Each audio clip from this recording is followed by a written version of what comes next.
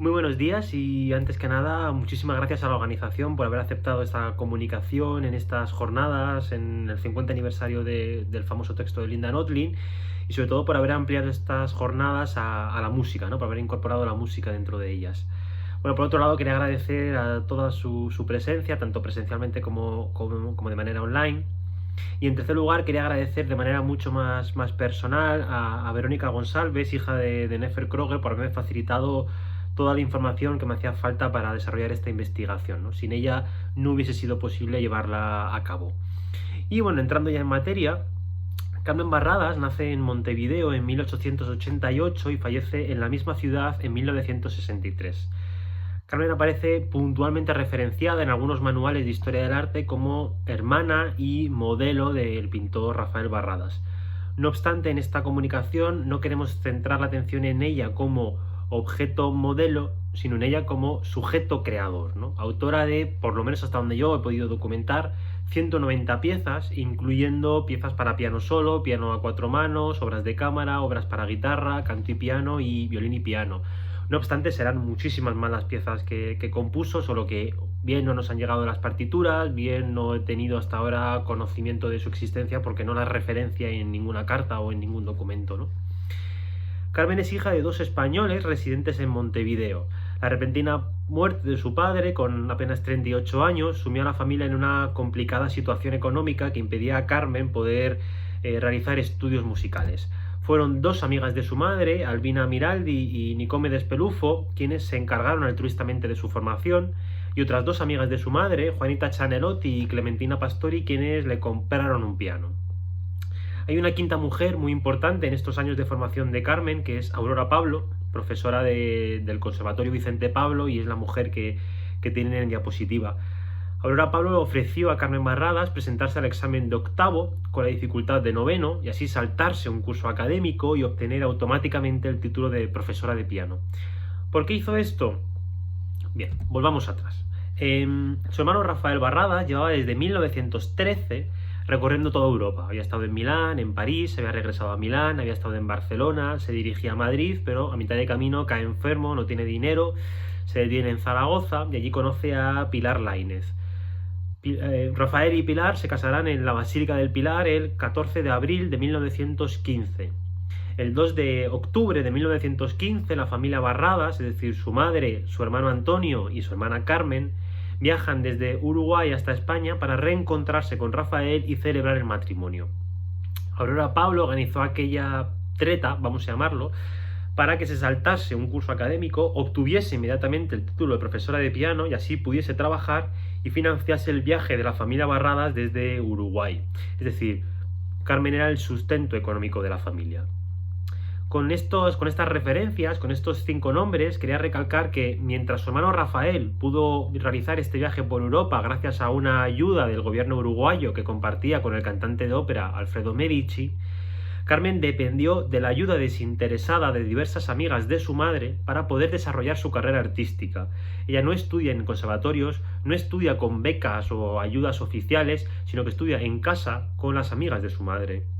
No obstante, esto también daba a Carmen una cierta ventaja, vamos a llamarlo. Tal y como cuenta Nefer Kroger, en aquellos años era muy común entre la clase burguesa uruguaya enseñar música a las niñas como una demostración de estatus social de la familia, ¿no?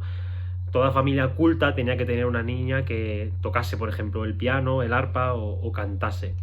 No obstante, como afirma Nefer Kroger, la familia Barradas era tremendamente pobre y no formaba parte de aquella élite cultural burguesa uruguaya, ¿no? Ella no estudia en conservatorios, Carmen Barradas quiero decir, no estudia en conservatorios ni forma parte de estas tertulias burguesas, por lo que, por ejemplo, el impulso nacionalista que se imponía ante la burguesía uruguaya no se refleja en el trabajo de Carmen Barradas, ¿no?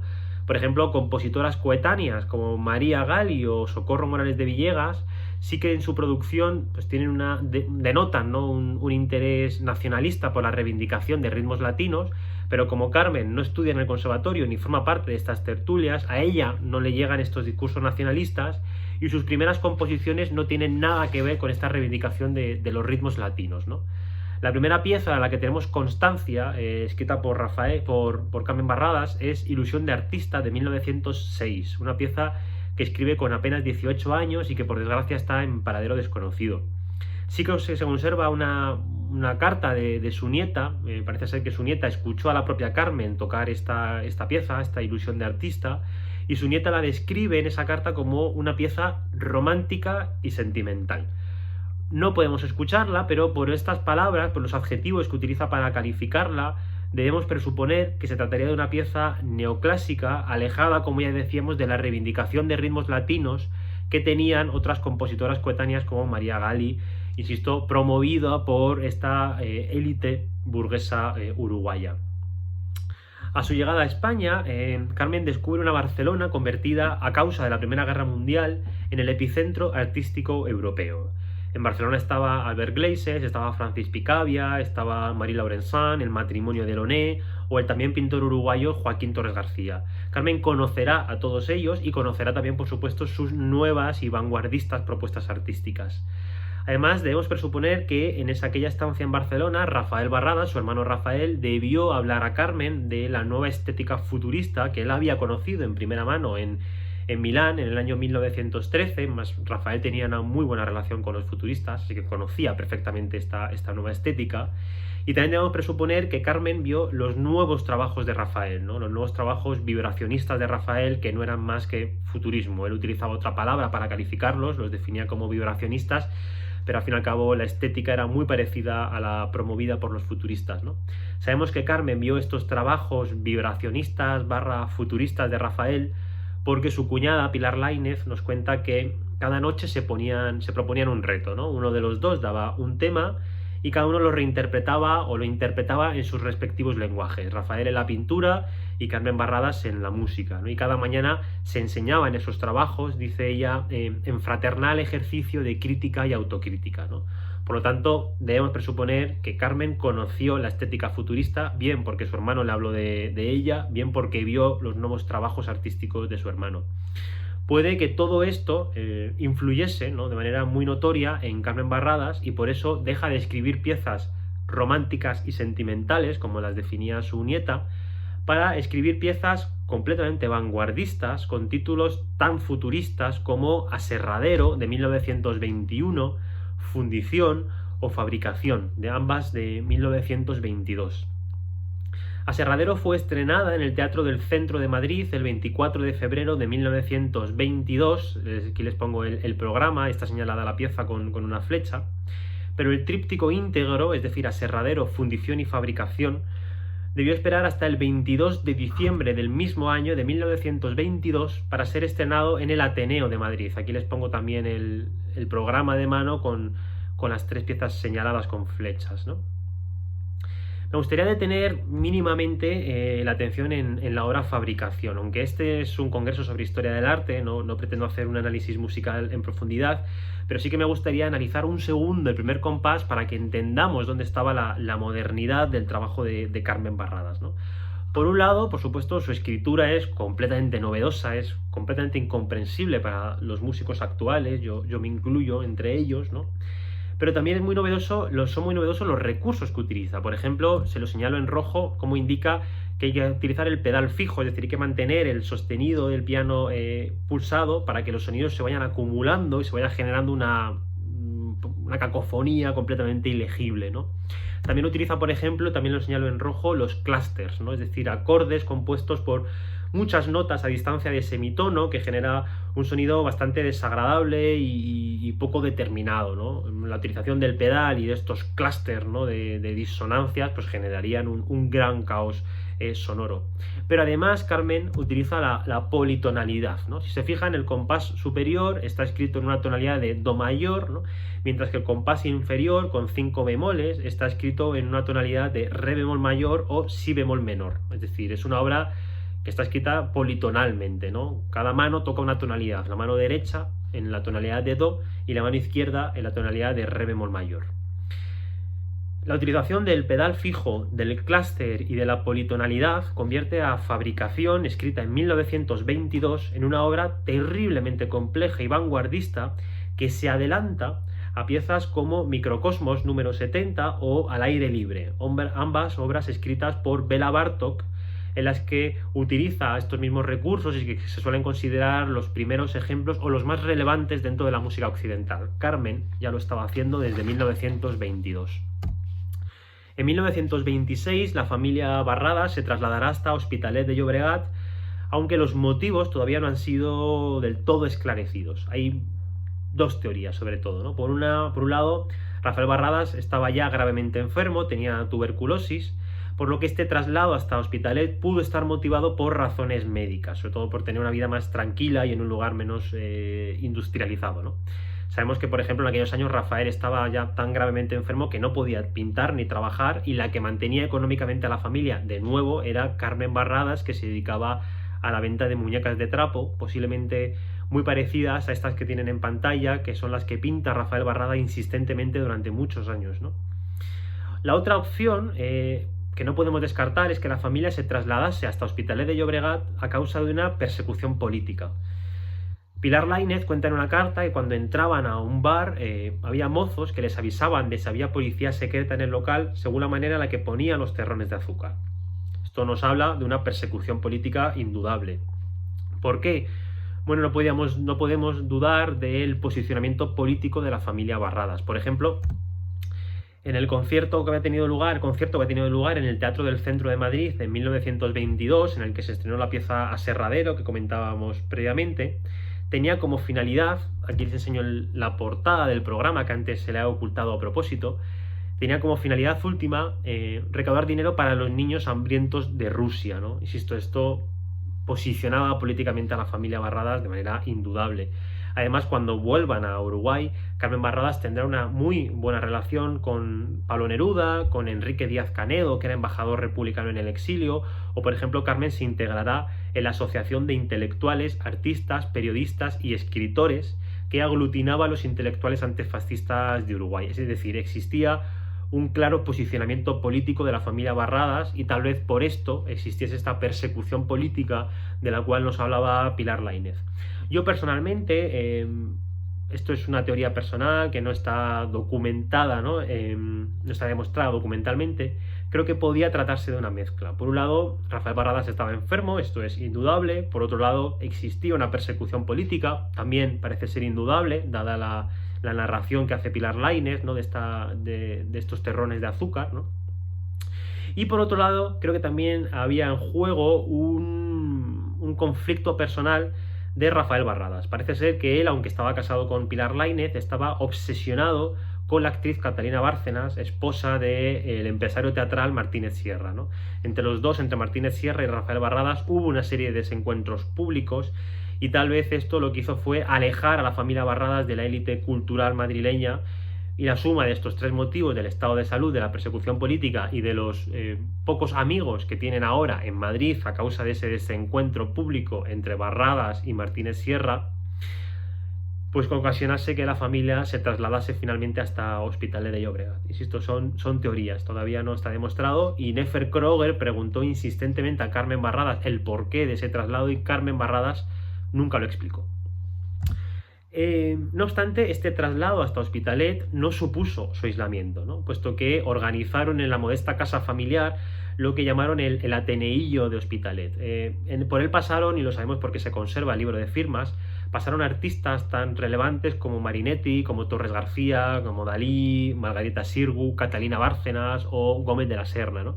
Aquí les pongo a la izquierda un dibujo de Rafael Barradas, un dibujo precioso de Rafael Barradas, en el que se ve la casa familiar con ese emblema del Ateneillo y toda la familia asomada al balcón.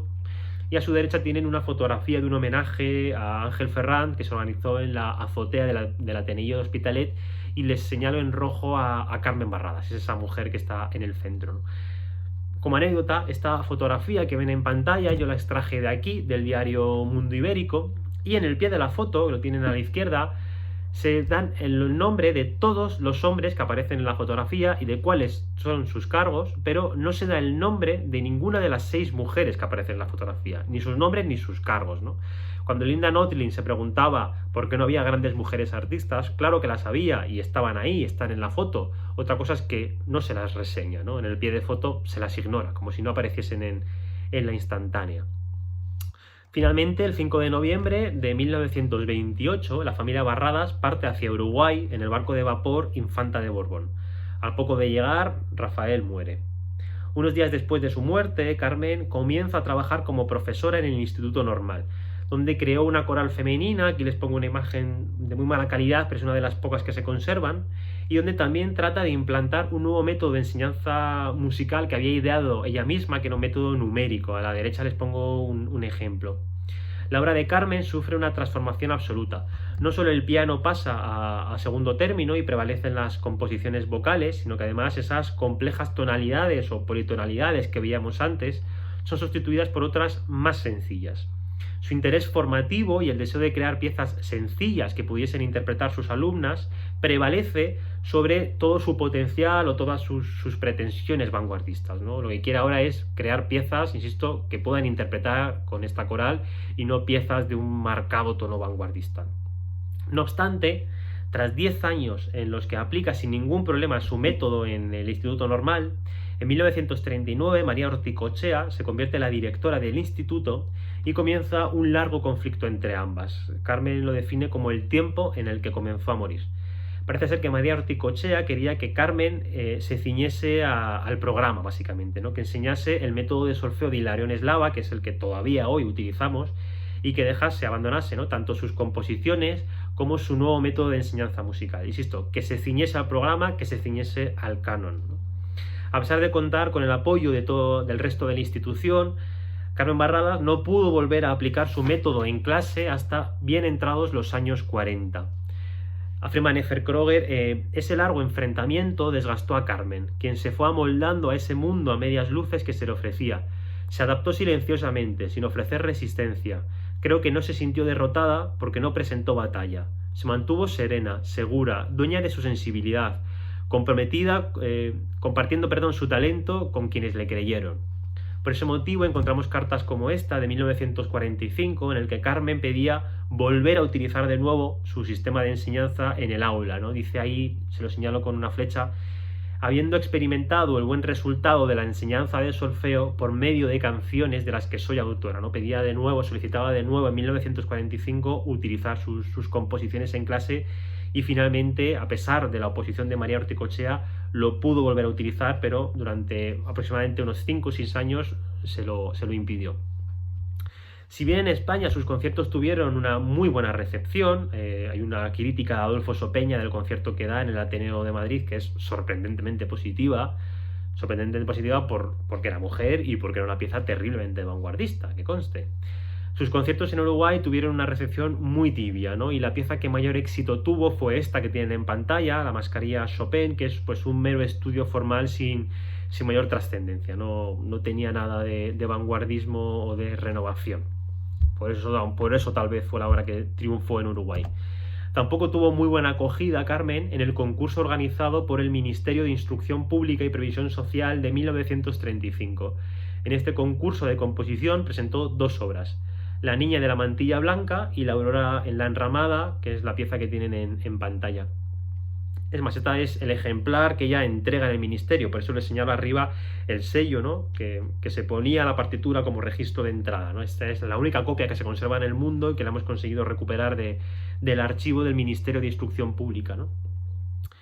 En ambas piezas, tanto en La niña de la mantilla blanca como en La aurora en la enramada, recupera todo el vanguardismo que había utilizado ya en sus años en Madrid. Utiliza de nuevo, y se lo señalo en rojo, el pedal fijo y la politonalidad, ¿no? Arriba son 6 B cuadros y abajo son 6 bemoles. De nuevo son 2 tonalidades completamente diferentes, ¿no? No obstante, en el fallo del jurado, que también se conserva en el registro del Ministerio de Instrucción Pública, el jurado no hace referencias a ella, no fueron estas piezas tenidas en cuenta ni formaron parte de las deliberaciones.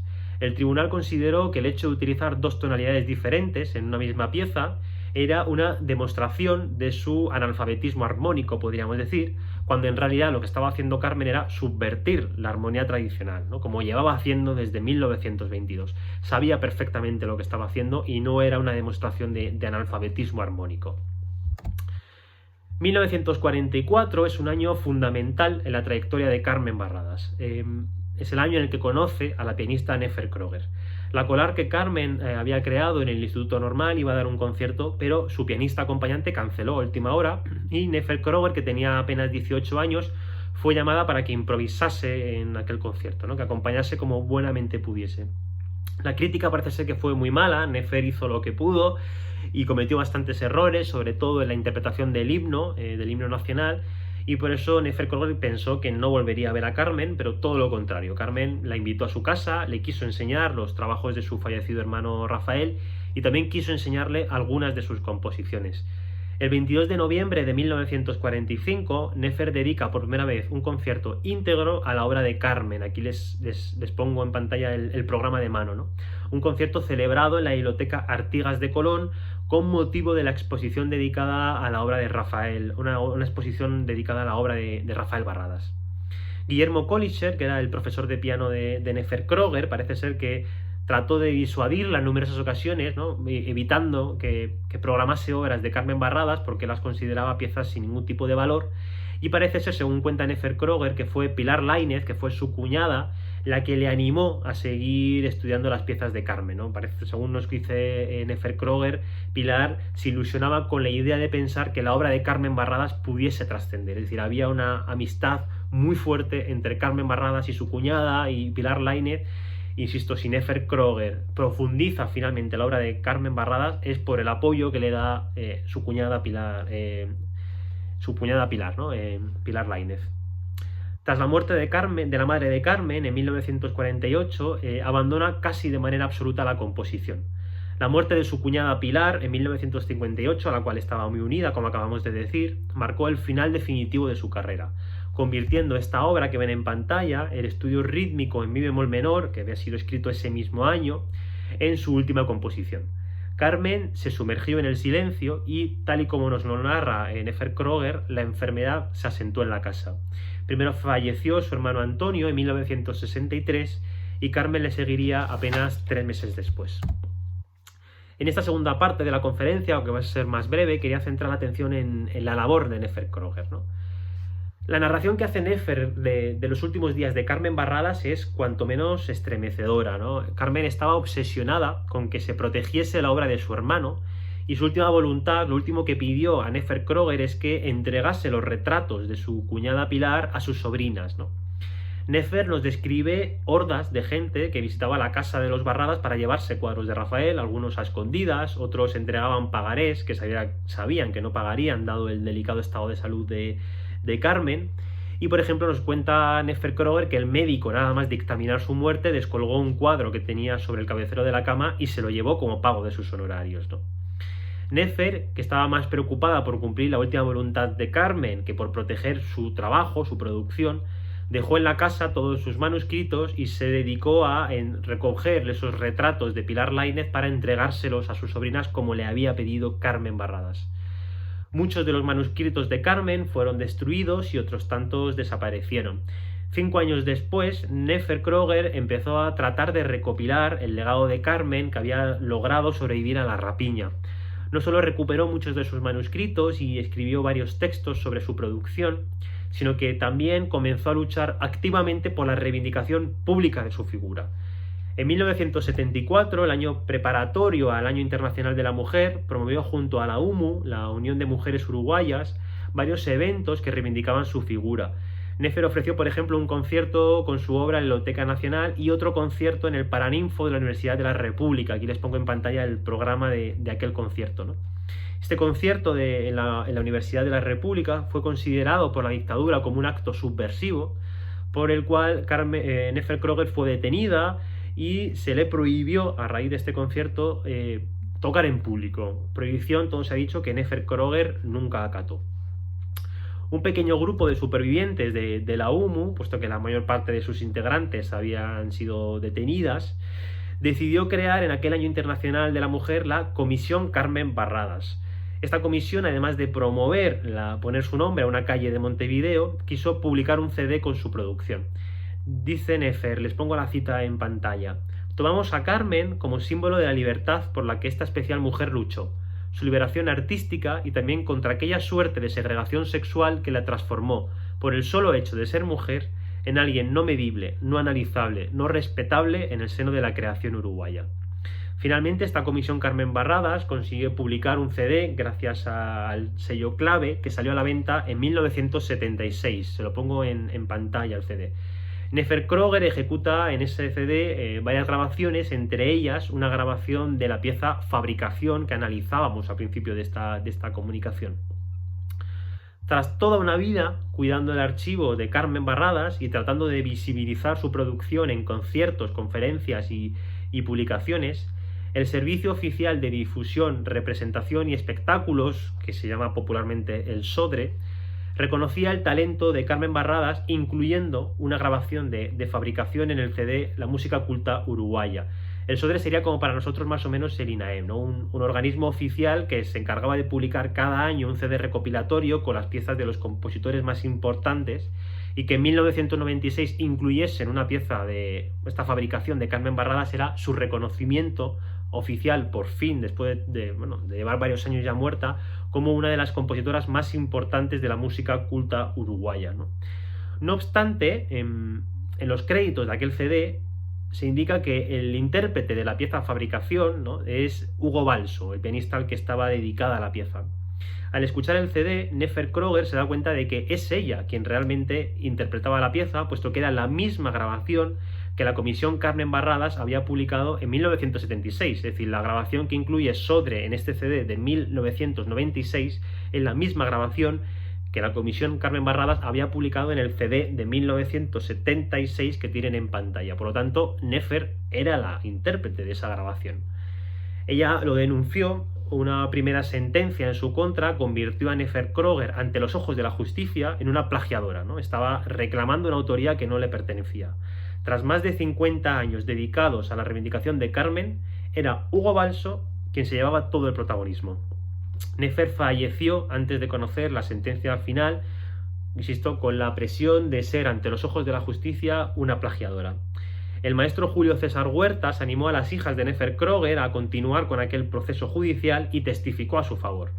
La resolución final reconocía que Nefer siempre había sido la intérprete de aquella grabación, tanto la que publicó la comisión Carmen Barradas en el 76 como la que publicó SODRE en 1996. Igual que Nefer luchó activamente por proteger el legado de Carmen, hoy las hijas de Nefer luchan por reivindicar el trabajo de su madre. A su vez, investigadoras como Shakira Ventura desarrollan proyectos sin ningún tipo de apoyo económico, ni público ni privado, que tratan de dar visibilidad a mujeres como estas, ¿no? Esto creo que demuestra que la conservación del legado de nuestras predecesoras aún hoy sigue dependiendo del trabajo altruista de otras mujeres, ¿no? Linda Notlin también hizo este trabajo cuando en Mujeres Artistas 1550-1950, junto a Sutherland, ¿no?, realiza esta gran trabajo de recuperación histórica de mujeres artistas olvidadas por la historiografía tradicional, ¿no? Shakira Ventura lo que está haciendo a día de hoy es este mapa que tienen en pantalla, en el que incluye a más de 500 compositoras de todo el mundo, ¿no? Sabemos, y con esto me gustaría acabar, que durante su estancia en España, Carmen Barradas conoció a Lorca, ¿no?, y que incluso este le invitó a una representación de sus títeres de Cachiporra. Carmen recordó toda su vida una frase de su famosa despedida, ¿no?, cuando dice Lorca, si muero, dejad el balcón abierto, ¿no? Carmen se apropió de aquella frase, la modificó y repitió insistentemente durante toda su vida. Si yo falto, deja que mi música sea un balcón abierto por donde ustedes y los músicos venideros podrán llegar libremente hasta mí, ¿no? Su música era un balcón a través del cual podríamos llegar de nuevo hasta Carmen. No obstante, ese balcón que ella nos dejó transcrito a papel pautado, ¿no?, transcrito en pentagramas, de no haber sido porque Nefer Kroger lo protegió, porque las hijas de Nefer Kroger lo han digitalizado y porque investigadoras como Shakira Ventura hoy tratan de darle visibilidad, aquella ventana, insisto, que Carmen nos legó como forma de llegar hasta ella, hoy estaría cerrado. Por ello quería terminar pues reivindicando, ¿no?, este trabajo altruista que numerosas mujeres han hecho por conservar, catalogar, ¿no?, y legar a las generaciones futuras el trabajo de artistas, ¿no?, precedentes, pero siempre de manera altruista, sin contar con ningún tipo de apoyo ni público ni privado. No era un trabajo, no ha sido un trabajo hecho de instituciones grandes, sino siempre realizado de forma altruista y a título personal, ¿no? Por desgracia, todavía las cosas continúan por este mismo camino. Muchísimas gracias.